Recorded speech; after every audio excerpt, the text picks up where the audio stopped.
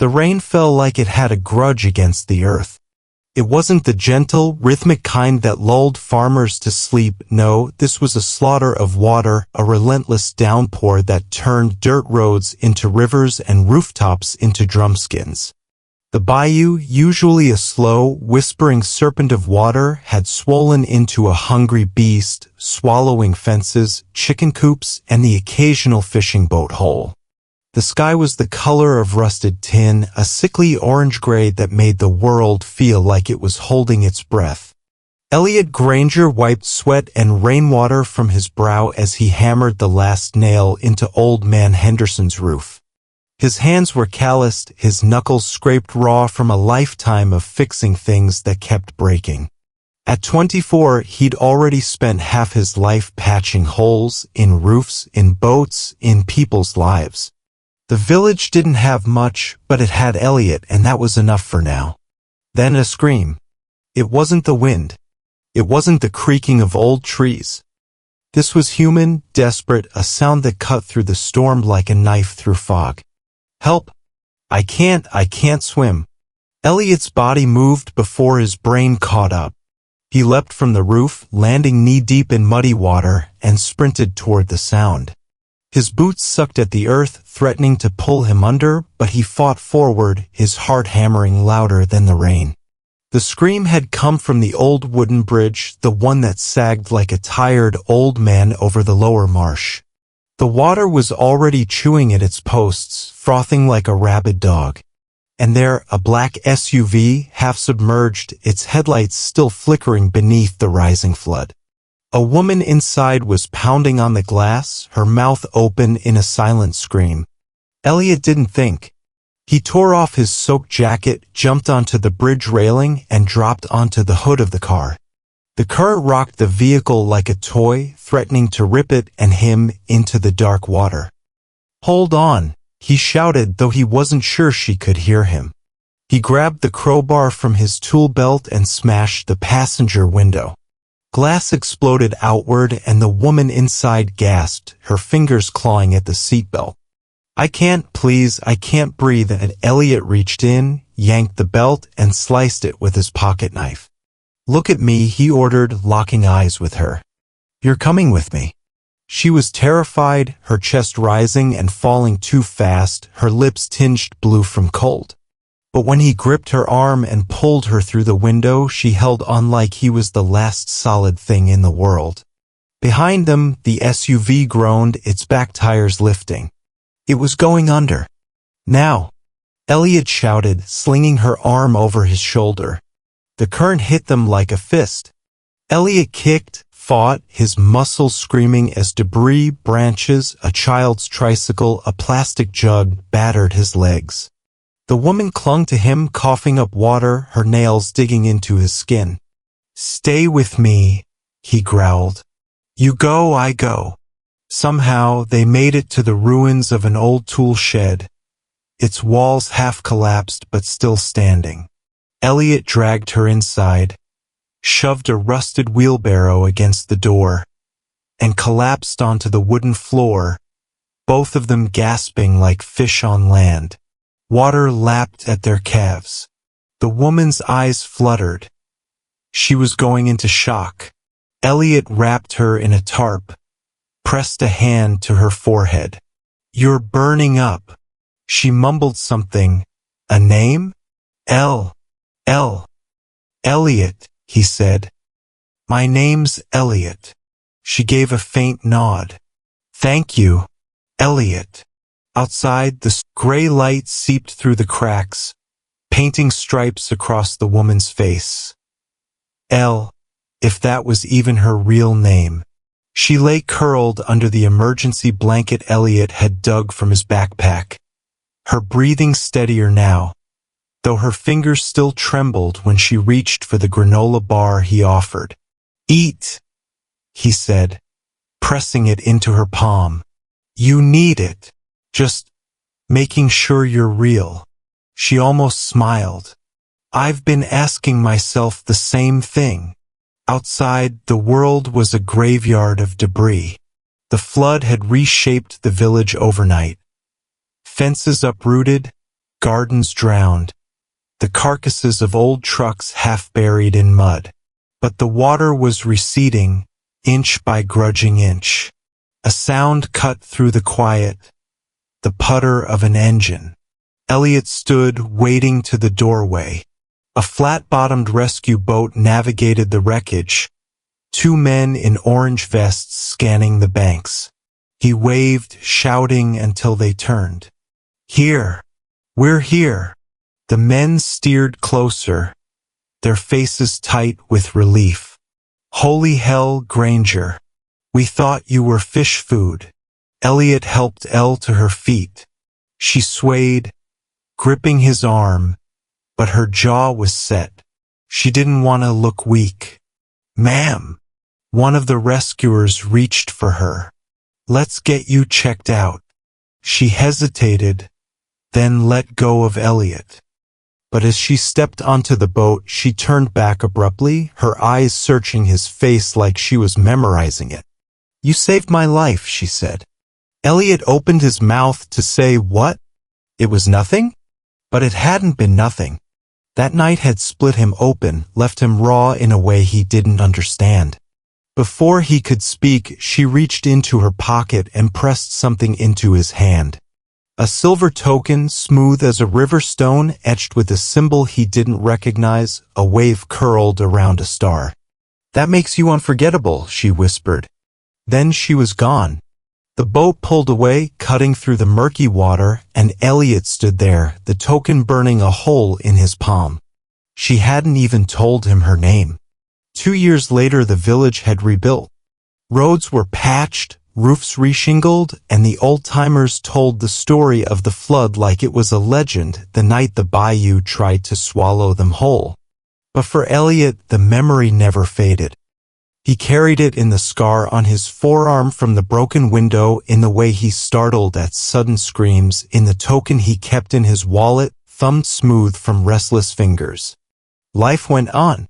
He fixed Mrs. Landry's water heater, helped Mr. Conway untangle fishing nets, and sat by his grandmother's bed each evening, reading aloud until her breathing evened into sleep. He didn't talk about that night.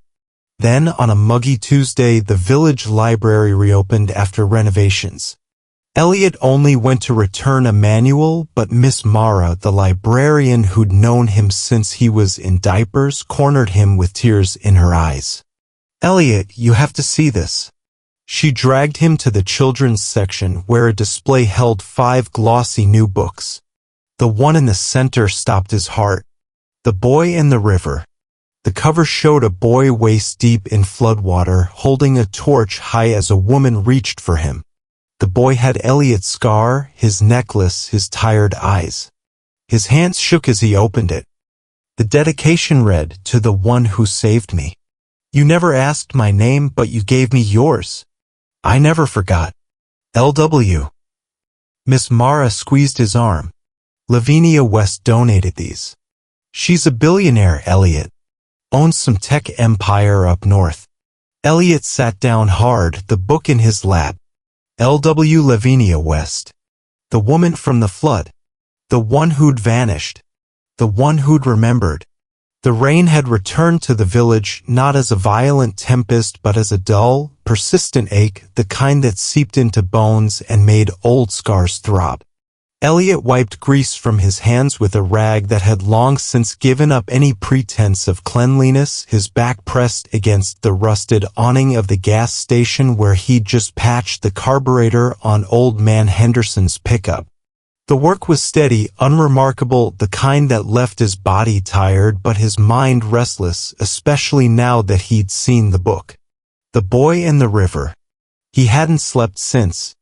Every time he closed his eyes, he saw her. Not the half-drowned stranger in the shed, but the woman from the illustrations, the one who'd searched for him.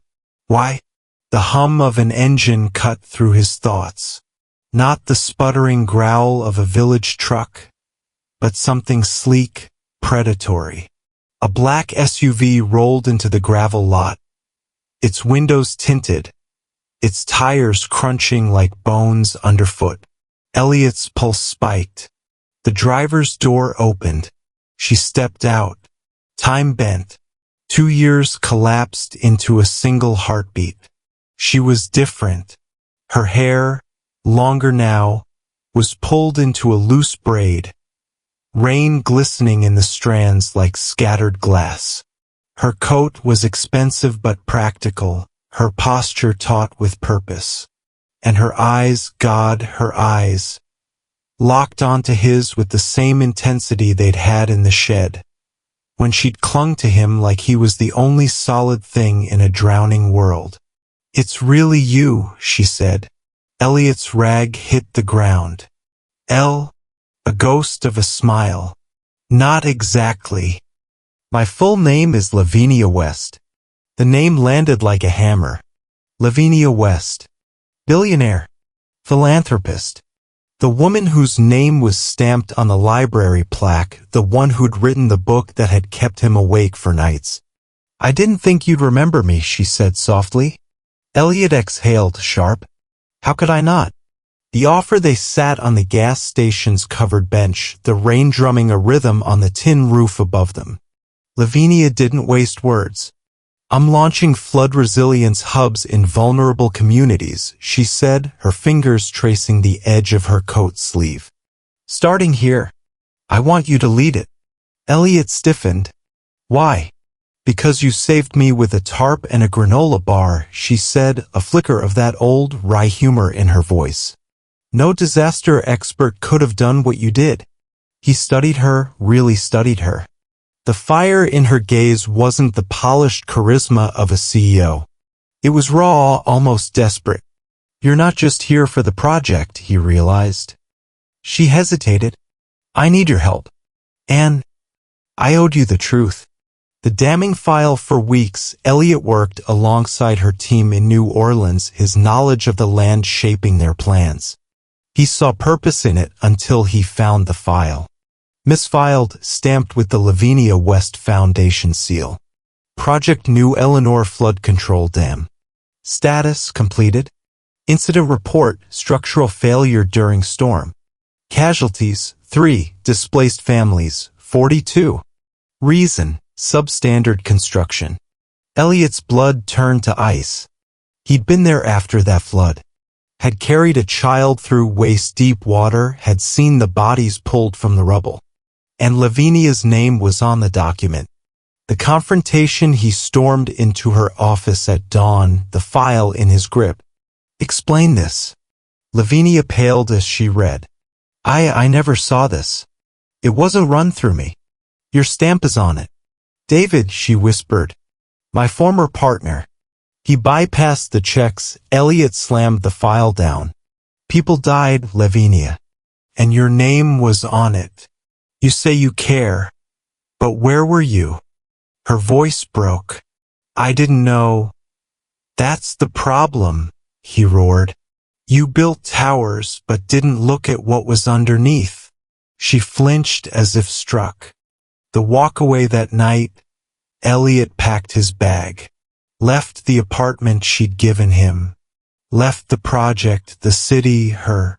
On the kitchen table, he left a note. "I can't build anything with someone I don't trust. I'm sorry." The train carried him home, rain streaking the windows like tears. The rain in the village had softened to a whisper by the time Elliot returned. It wasn't the same place he'd left. Not quite. The air smelled of wet earth and old wood, the bayou humming its familiar song. But something inside him had splintered. He avoided the rebuilt bridge where he'd first pulled Levvenia from the water. He stopped going to the library, where her book still sat on display. He threw himself into work, fixing Mrs. Landry's porch, reinforcing the school's leaky roof, anything to keep his hands busy and his mind numb. But at night, when the cicada screamed and his grandmother's wheezing breaths filled the house, he'd lie awake, staring at the ceiling, the damn file burning behind his eyelids. People died, and her name was on it. The package. 3 weeks after his return, the sleek black SUV appeared again. Elliot saw it from the workshop behind his house, the same car, the same tinted windows. His stomach clenched. But this time she didn't step out. The engine idled for a moment, then the passenger window rolled down just enough for a gloved hand to emerge. A package, brown paper, no label, was placed on the front steps. The car pulled away before Elliot could move, tires crunching gravel, leaving only silence and the weight of what she'd left behind. He waited an hour before touching it. The package was heavier than he expected. Inside was a leather-bound notebook, its edges worn, its spine cracked from use. When he opened it, her handwriting leapt off the page. Not the polished script of a CEO, but something raw, uneven. I don't remember everything, not the way I want to, but I remember his voice. It was steady when everything else wasn't. Levvenia's words, the journal, was a confession, a plea, a map of her guilt. Page 12, dated 3 weeks after the flood. They told me I almost drowned, that a boy pulled me from the water. I remember glass breaking. I remember his hands. But the doctors say trauma steals memories, and all I have left is this silver token in my pocket, the mate to the one I gave him. Why can't I remember his face? Page 47, 6 months later, I hired investigators. Gave them the storm's path, descriptions of the village. They came back with nothing. How do you lose an entire person? Page 89, the day she found the dam report, David lied. The dam was built cheap, fast. 3 dead. 42 families homeless. And I signed the checks. Not knowingly, but does that matter? I should have seen it. Elliot would have seen it. Last page, the night Elliot left, you think I left, but I never arrived, Elliot. Not really. Not until you. Elliot didn't realize he was crying until the ink smudged under his thumb. The bench by the bayou. The next morning, he went to the place where the marsh met the road, the last stop before the world beyond the village. She was there. Levvenia sat on a weathered bench, her coat pulled tight, staring at the water. No makeup, no designer clothes. Just jeans, mud-stained boots, and the same exhaustion he felt in his bones. Elliot sat beside her. The silence between them wasn't empty, it was full of everything they couldn't say. Finally he spoke. You didn't write that for anyone else. No, she whispered. Only you. A heron took flight from the reeds, its wings cutting the air like a knife. I was angry, he admitted. I deserved it. Not all of it. He turned the journal over in his hands. I left because I was scared to believe you cared. Because if you did, then walking away meant something worse. She looked at him then, really looked, and Elliot saw the truth. She'd been just as afraid. The flood center opened on a day so bright it seemed the sky itself was celebrating. No ribbon cutting. No politicians giving speeches. Just Elliot Granger standing on the freshly painted steps in his one good shirt, boots still flecked with mud from helping lay the foundation. The building wasn't grand, just sturdy white walls, a blue metal roof, and shutters strong enough to weather any storm. But to the village, it was a promise. Inside, shelves held emergency supplies, life vests, first aid kits, weather radios. A corner was dedicated to Elliot's flood survival classes, with knotted ropes and hand-drawn maps of the bayou's danger zones. In the back, a small clinic stocked with real medicine, no more relying on duct tape and prayers when the waters rose. The children arrived first, clutching handmade signs, "Thank you, Mr. Elliot." The elders followed, their canes sinking into the soft earth as they settled into folding chairs. And then Levvenia. She stood slightly apart, her hair loose for once, wearing the same mud-stained sneakers she'd worn while helping mix concrete for the foundation. No press. No bodyguards. Just a woman who'd learned to listen instead of lead. Elliot stepped forward, his voice rough. I've never given a speech before. And I don't plan to start now. The crowd chuckled. But I pulled her from a flood once, he said, nodding to Levvenia. She pulled me out of something worse, thinking small lives meant small dreams. Applause swelled. Levvenia didn't take the microphone. She just pressed a hand to her mouth, her eyes shining, and whispered, "Thank you." The bridge at dusk that evening. They walked to the old wooden bridge where it had all begun. The setting sun painted the water gold, and for the first time, Elliot saw the bayou not as a threat, but as part of him. Levvenia leaned on the railing, watching her reflection ripple. The woman who drove into that flood.